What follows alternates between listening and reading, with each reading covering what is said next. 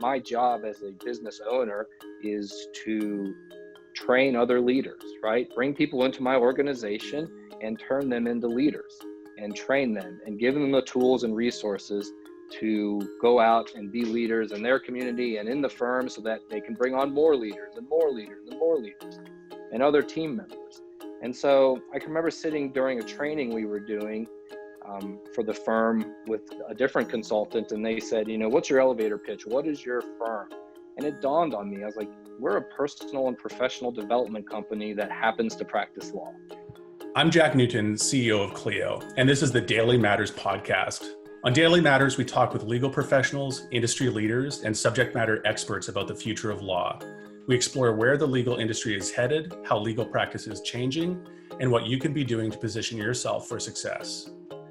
This episode of Daily Matters is brought to you by the 2020 Clio Cloud Conference, the world's best legal conference, which is going completely virtual for the first time in 8 years. Get your pass now at cliocloudconference.com. Today's guest is Ross Albers, CEO of Albers Associates, a Maryland-based firm representing clients with DUI, DWI, personal injury, and criminal matters. Ross, thanks for joining us. Thank you. Thanks for having me. So, Ross, starting off, there's a lot going on in the world right now, especially in the United States. What's on your mind most right now, especially maybe from the vantage point of a third-time father? Yeah, well, this time tomorrow, my newest daughter hopefully will be born. We're supposed to be in the hospital tomorrow, so we'll see. Congratulations. But, yeah, thank you. Yeah, 3 daughters. I don't know what my wife and I are thinking, but 3 children under the age of 3. So it's going to be it's going to be a wild ride here that's a lot for a long time, I guess. But we're excited. What's on top of mind for me, just like everybody, is when are things going to go back to what we thought was normal before this all started? I think to sort of be vulnerable here, I think about when am I played college lacrosse at Bucknell University. It was a D1 program, nationally ranked, got to coach. I really love, team sports, and I really want to coach my daughters. And so, something top of mind for me is like, when am I going to get to do that? Will there ever be team sports again? Will that happen? Right. And so I kind of just think about top of mind, when do we get back to normal? A big college football fan. My parents went to University of Nebraska. A huge Huskers fan. Like, are we going to have a college football season? And, so personally, I just kind of wonder, when do we get back to normal? And so, yeah, that's top of mind for me at the moment. Well, you're not alone in wondering when things are going to finally, hopefully, return to normal. Turning to your law firm now, you've got a great story about how you started your law firm. Do you mind sharing that with us? I guess, yes. It's great depending on who you ask. Not so great maybe for my wife at the time when it all happened. But yeah, about 2 weeks before I got married, I was fired from the firm I was working at, let go. I can remember coming home 2 weeks before I was getting married and telling my wife, I've been fired, but don't worry, I'm going to start my own law firm. And she had grown up, a daughter, or her husband or her father had owned his own law practice in small town Vermont, 2 blocks from the border of Canada, actually, in a town called Derby Line. And he used to sometimes get paid in snowmobile repairs. And so she never had a great sort of idea or sort of thought process of the whole doing your own law firm thing. But I came home and told her I was going to do it. We went. That sounds like a very Canadian thing, by the way, getting paid in snowmobile repairs. Snowmobile repairs, or probably, craft beer, or we'll fix your window. But she didn't have a great sort of sense of, what that all meant. And we got married. We're still married today. And that's really how it all started. And so I think a lot of people that start their own law firms, they either do it out of necessity. Maybe it's during a pandemic, no one's hiring anyone right now, right? So they decide, I'll just start my own law practice. Or they do it because they've sort of been pushed in that direction and they don't have any other choice. And so for me, it was I really kind of thought to myself, if I'm going to do this, this is the time to make it happen. And I got to at least try and see if I can. And here we are almost 6 years later. So tell us what went through your head when you got fired from your job, and all the options of what you could do next went through your head. Obviously, there's other firms you could have gone and worked for. Why did you land on starting your own firm? What was the motivation for doing that? I think I can still remember driving home and speaking to my father about it. And for me, it was the idea to see if I could do it. Could I do it? Could I actually go out on my own, make money, and start a law practice?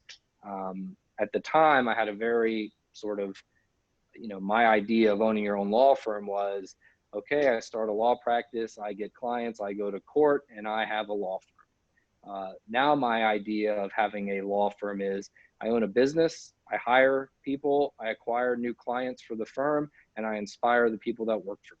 And if you had told me that was what my role and duty was when I was driving home that day after I got fired talking to my father, I would have not really understood what you were talking about. I very much thought like, oh, I'll just be the lawyer.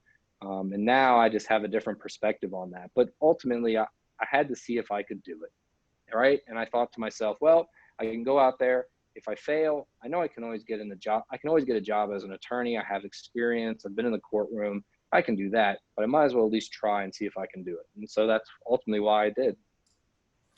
And it sounds like you took a pretty unique take on developing employees and how you thought about the law firm from the get-go. You talked about your law firm as a leadership and training company, which is something that resonates pretty strongly with me, actually. And I'm curious if you can elaborate on what that means to you and why that frame is important when it comes to hiring employees. Sure. So about 6 months or so into my practice, I ended up meeting with a business coach, a consultant, and he told me, Ross, you're just an employee of a law firm that happens to be named after you. And I thought to myself, oh my gosh, he's right. I'm licking every stamp, I'm answering every phone, I'm going to court, I'm signing up every client. And he then told me that there's a difference between working on your business and working in your business. And I very much was working in it, just as probably 99.9% of all attorneys that quote unquote own law firms, they're all working in it. They're spending very little time working on it. And so he actually suggested to me throughout my course of working with him to read books on personal development, read books on leadership, read books on business, read books on management. And I did. And probably earlier this year, it really dawned on me after kind of really focusing on leadership and understanding what that means when you own a business. The more I read about it, the more I learned, and podcasts I listened to, is that my job as a business owner is to train other leaders, right? Bring people into my organization and turn them into leaders and train them and give them the tools and resources to go out and be leaders in their community and in the firm so that they can bring on more leaders and more leaders and more leaders and other team members. And so I can remember sitting during a training we were doing for the firm with a different consultant, and they said, what's your elevator pitch? What is your firm? And it dawned on me. I was like, we're a personal and professional development company that happens to practice law, right? Our job is to hire people, bring them into the organization, and help them develop personally and professionally through training, through resources. We just happen to practice law.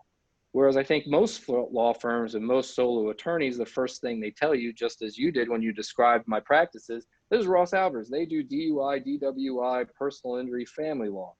Yeah, that's what we do, but that's not what a business is. So I think even Clio is a company that produces software to help clients, and attorneys manage their practice. That's what they do. What they are is that they're a personal and professional development company that are trying to hire salespeople, techs to build out new technology, folks that do marketing, and they bring them into the organization and they want to train them and teach them so that they can, bring in more and more people. And so I think we get so lost in what we do on a day-to-day basis that we really forget that a business at its core is a person business. It's a people-oriented thing. And your job as a business owner is to bring in people and train them and develop them.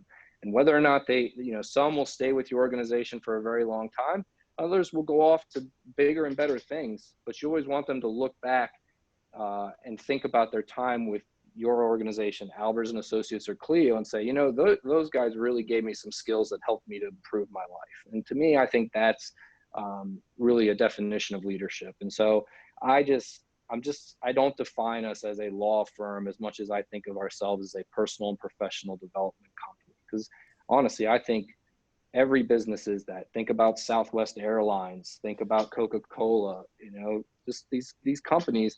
What they're doing is they're recruiting and training people.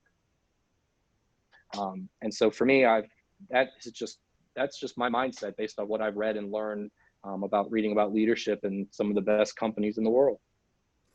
Yeah, I think it's such a powerful frame, and it does resonate with me really strongly. And it's, by the way, such a strong attractant for employees as well. They don't want to go and work in a place that they don't feel like they're going to be developing themselves and Sure. advancing their own development. So being able to offer that really explicitly is one of the reasons you're around, and what your mission is super powerful. I love that. I think you made a super important point, by the way, and I think so many small business owners of all stripes struggle with this, but the idea that you're working in the business and not on the business, really consciously trying to pop out once in a while and operating a bit more strategically, I think is super important. Would love to ask next about how COVID-19 has impacted your law firm, Ross, from a impact perspective. What are some of the most noticeable impacts COVID-19 has had on your law firm, on your staff, and on your clients? So everyone had to go home. While Maryland, where we're based, was, law firms were deemed an essential business, we went home and worked from home. And so we kind of went from the environment of people being in the office and seeing each other on a day-to-day basis to now I'm in my house. And one of the things we did is we instituted we were already sort of doing it, a daily kind of huddle in the morning. But we did it by video conference. I think we were using Zoom or Google Hangouts. But everyone had been removed from the office. We're not seeing each other. And I thought to myself, we've got to see each other. We've got to look at each other face to face, and we need to see each other every single day to remind ourselves that, hey, we're still here. We're still doing what we need to do. And so for us, it was easy, having been users of a product like Clio and Clio Grow and other technologies, to basically shut down our office and go home and work. It wasn't that hard for us to do. I think other firms and businesses really struggled with that, but we've been doing it forever. So that was a big change for us. I also think, for our clients, it was not knowing when their case or matter was going to be resolved, right? When's my court date? And having to explain to them, I don't know. We're not sure. And so that was a big change for some of our clients that we were having to deal with. But by far the biggest sort of effect was sort of removing ourselves from the office, and now, we used to joke with one of our attorneys, Duncan, live from Duncan's basement, with like his Grateful Dead poster behind him. Right. And, so it was kind of neat to see people sort of in their home environment where you wouldn't normally see them, but it was also a big adjustment as well. And can you share you talked about some of the ways technology is helping your firm stay connected. Can you talk about some of the other concrete strategies you're using to help your firm stay connected, and maybe the ways you're helping support individual employees navigate what might be tough life circumstances? Well, I'd say the first thing is, as the leader or any leader, is being vulnerable with your staff, right? And so for me, we were doing these daily meetings, and one day I just decided, instead of everyone kind of going around, what are you doing today? What challenges are you facing? I want you to tell me what's the hardest thing that you're dealing with personally right now with this whole pandemic. And I said, I'll start. And like I described earlier, it was hard for me to know that my oldest daughter was supposed to be starting like a organized soccer practice and had been canceled. And that was really important to me. And I was really missing out on that and wanting to do that. And so we went around and everyone sort of shared a personal vulnerable thing that they were really missing. We had people who said, well, my brother was supposed to get married and the wedding has been canceled and it's really been weighing on our family. We had people who said, my children aren't in school. Some of them have needs and it's hard for me to be at home and provide these to them. And so I think, to support your employees in a pandemic like this, it starts with you as the leader being vulnerable and also letting them know that, hey, I have things going on too that I'm worried about and scared about. So, it's okay. It's happening to all of us. But at the same time, we also adopted sort of a mantra that we said to each other every day. And we said, the phone is going to ring. We're going to sign up new clients. We have plenty of work to do. We have plenty of billable hours. And if we continue to stay true to our core values of being professional, responsive, and results oriented, then we will be fine. And in fact, we're going to grow our business during this pandemic. And it's something we honestly sort of repeated to each other every single day at our end of the day huddle that we would do. And I just sort of found that being vulnerable, having a mantra, and staying sort of face to face with each other was important. I said, don't call each other. Get on a video conference and look at the person in the eye, because you'll feel much more connected to them and it'll feel more normal as opposed to just, chatting with them over GChat or something like that. So to me, those were the keys on, I think, how we supported people. And as the leader of the business too, just being aware that people got a lot going on and I've got to give them some leeway. But at the same time, we need to remember that we got a job to do. And can you tell us a little bit more about the client side of the equation, Ross? What have you seen in terms of ways that your clients' needs have changed, maybe the ways they've pivoted and adapted to the new realities of a COVID-19 environment? Definitely for clients, we've adapted, and I think clients have as well, to just sort of face-to-face consultations like this, not coming into the office. Normally you get a call, to put an intake into Clio Grow, send them the intake form, schedule the meeting, get it on the Clio calendar. They're coming into the office. Now it's more of doing it all via Zoom or Google Hangouts or something like that.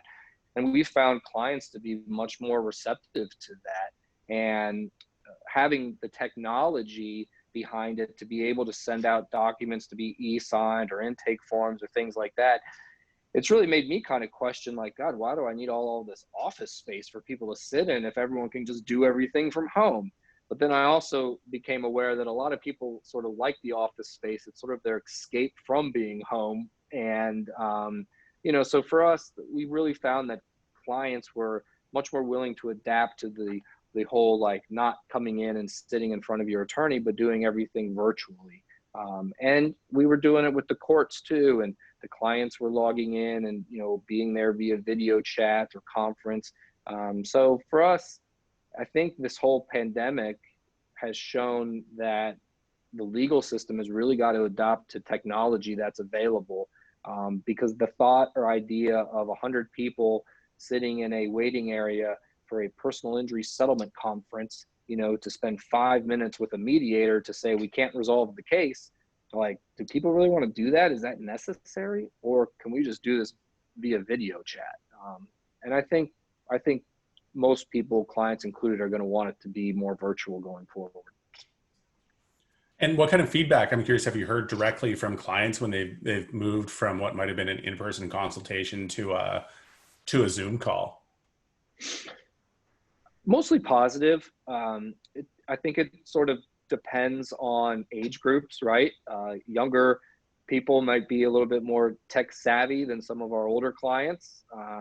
But for the most part, people have adapted. And I think too, as long as you can come off and be using it in a professional setting, then they're all for it. I mean, in fact, we did a whole training for about half a day on how to do better Zooms, right? And brought in consultants to teach our people to say, hey, don't be walking around like this while you're doing a conference. And hey, the stuff behind you, maybe that filing cabinet with papers falling out of it, maybe you ought to, angle your camera away from that.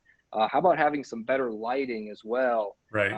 Learn how to mute it. And, we did a whole training on how to do better Zooms just for our staff. And I think, again, one of our core values being to be professional, I think the clients appreciate that if they feel like, okay, these people actually know what they're doing. They're not a bunch of jokers. They know how to use the internet.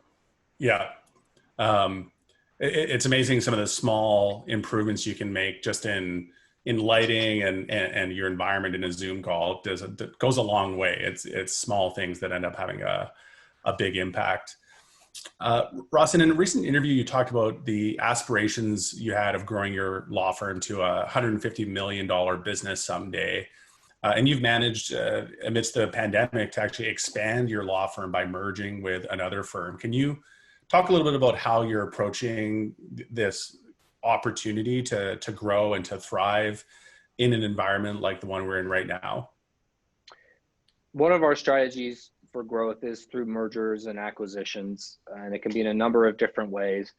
I can remember sort of the old saying, lawyers don't retire, they die, right? And so how do we become the succession plan for attorneys reaching the age of retirement and say, listen, we'll help you transition out of the practice of law.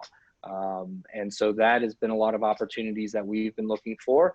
I also think that this pandemic has really highlighted a lot of people and firms who spent really their entire career working in the business and not on it, right? And they're really feeling the effects of it. And so how can we come in and say, listen, be a part of something larger. Let us help you, give you the back office support, the resources, all the things, the admin stuff that you're wasting your time on, so that you can do what it is you really enjoy doing, which is practicing law, right?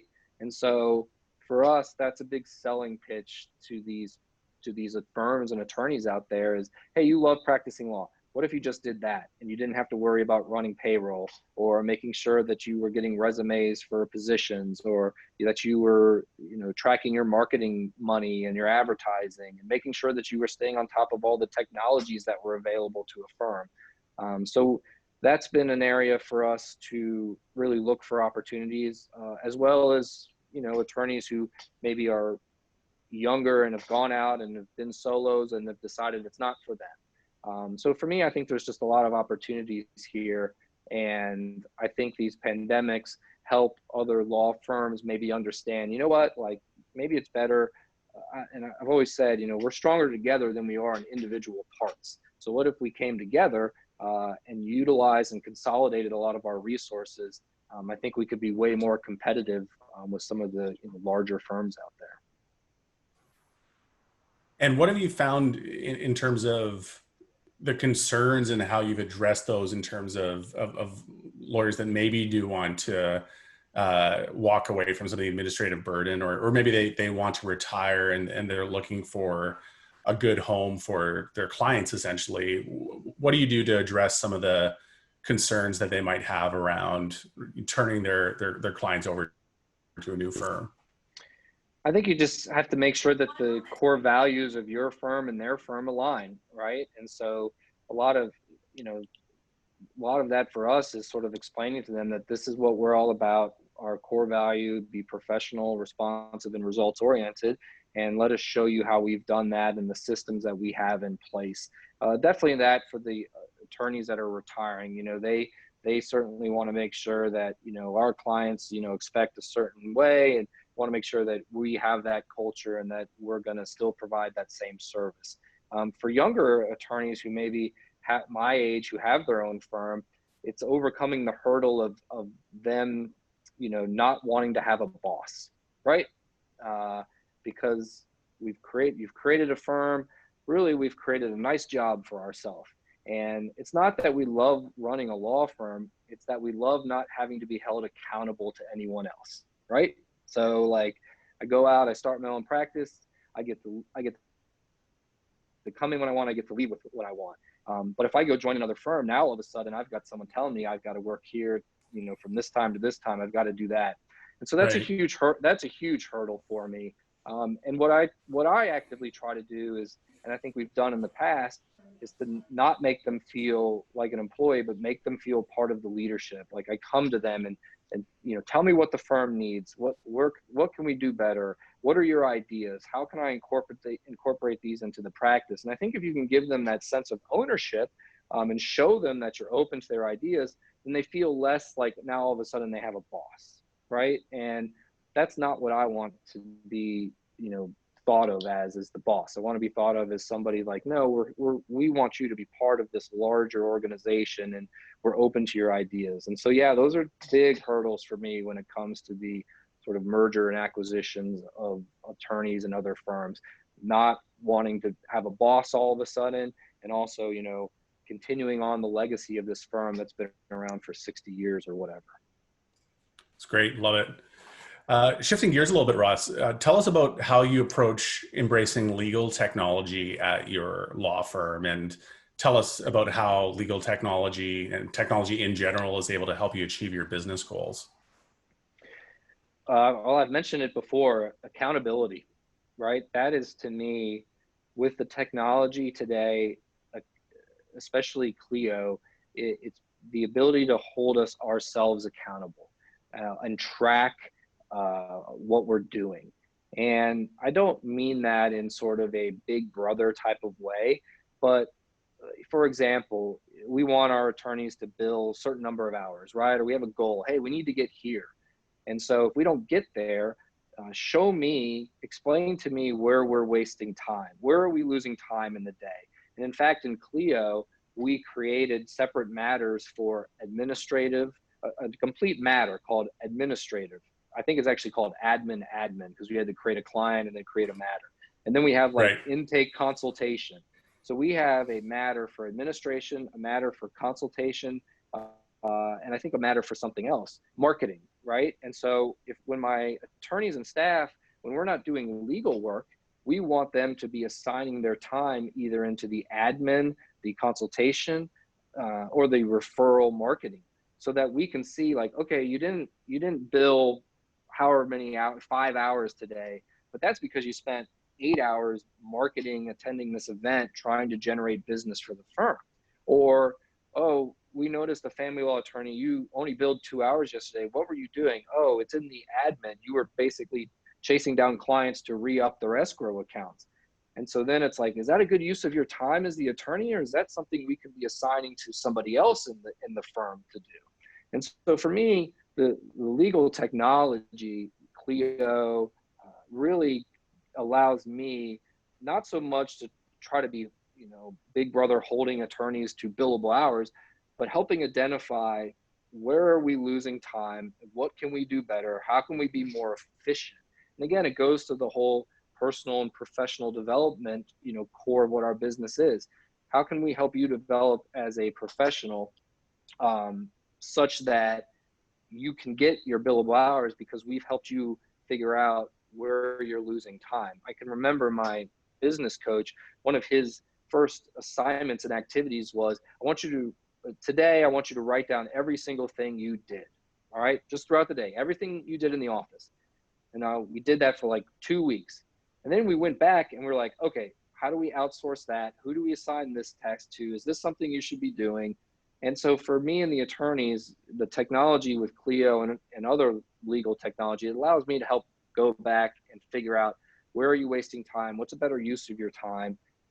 And also, it's also helped me figure out hiring, like, okay, where do we need another person?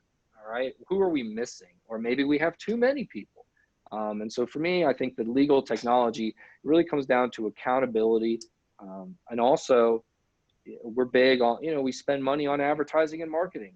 And Clio Grow allows us to track where those cases are coming from, so that when the internet advertising people tell me that they're killing it and they're making the phone ring, well, then I can show them a report that says you absolutely are, or I can say you absolutely are not. And so for me, it's being able to track what we're doing.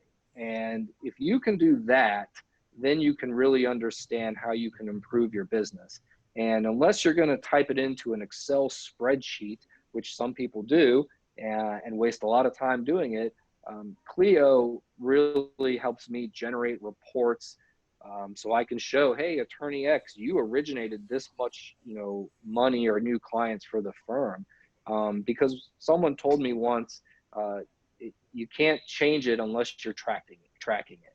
So if Right. you're not tracking it, you can't change it. And so for me, the being able to track it is what allows us to go back and change things. The old Peter Drucker maxim, what gets measured gets managed kind of Exactly. viewpoint. It's said in many different ways. I mean, think about it. It's anything in life. If you're trying to lose weight, you're tracking your calories and your carbs and things like that. If you're trying to make your law firm more profitable or your business more profitable, you're tracking what's happening on a day-to-day basis. Yeah. And so, Well, yeah.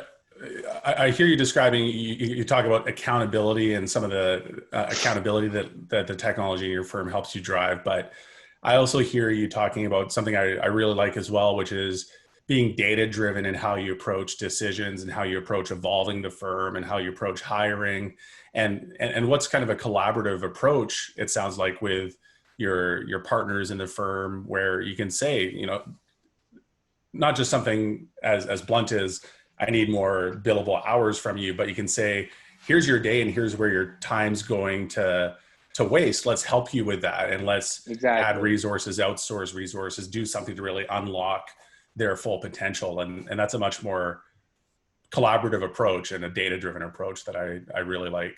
Yeah, to me, it's not to be like, you're lazy, you're not working hard enough. It's to say, you've tracked your day, and let me help you get to where you need to be, and let's figure out where you're losing time. And to me, it's something my business coach has taught me, which I'm sure he stole from somebody else, which is, catch your employees doing something good every single day. Don't catch them doing something bad.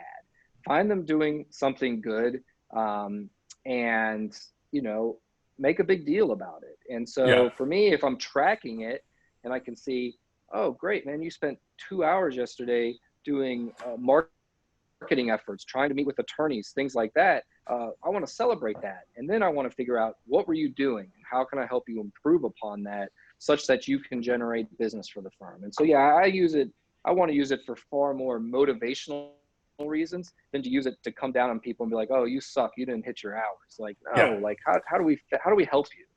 Well, like you said, I think the reason so many people start their own firm is to feel like they can get out from under the thumb of somebody doing exactly that. And then, it's funny. It's, most people, they leave a place and they start their own firm and they say, I'm never going to do things the way that firm did. I'm not going to do this. I'm not going to do that. I won't do this. And then what happens is they start their own firm, and what do they end up doing? All the same things they were doing at the place they left. Nothing changes except that their name is on the door. And, my hope is that it's hard for me to get people to really understand that and admit it to themselves, but do it in a way to not insult them, but to make them be like, listen, you had an idea when you wanted to start your own practice. Like, let us help you get there. So, yeah. Love it. Well, Ross, I really enjoyed our conversation. To wrap things up, do you have a parting message you'd like to share with your peers in the legal community? Sure. It's the same thing that I'm trying to teach myself and instill in my daughters and soon to be third daughter. And that's the idea to dream big, take action, and be relentless. All right. I think, we talked about having this dream for a $150 million law firm. Well, people should have dreams, right? You should want to have big, bold dreams, but you really have to take action on those dreams. What are you doing today to make that happen? And then beyond that, if you really want it to happen, are you being relentless every single day to make sure it happens? Because most people don't dream, and those that do dream take no action, or they take a little bit of action and then they fail and decide, oh, I can't do this. But I think it's the people that dream big, take action, and are freaking relentless. Those are the ones that actually achieve those dreams. So yeah, dream big, take action, and be relentless. Love it. Well, thank you for joining us today, Ross, and good luck on the arrival of your new daughter tomorrow. And have a great remainder of your day. Thanks so much. Thanks for joining us on Daily Matters, a podcast from Clio. Rate and review wherever you get your podcasts and subscribe so that you never miss an episode. Daily Matters is produced by Andrew Booth, Sam Rosenthal, and Derek Boland, and hosted by yours truly, Jack Newton. Thanks also to Clio, the world's leading cloud-based legal technology provider, for supporting this podcast.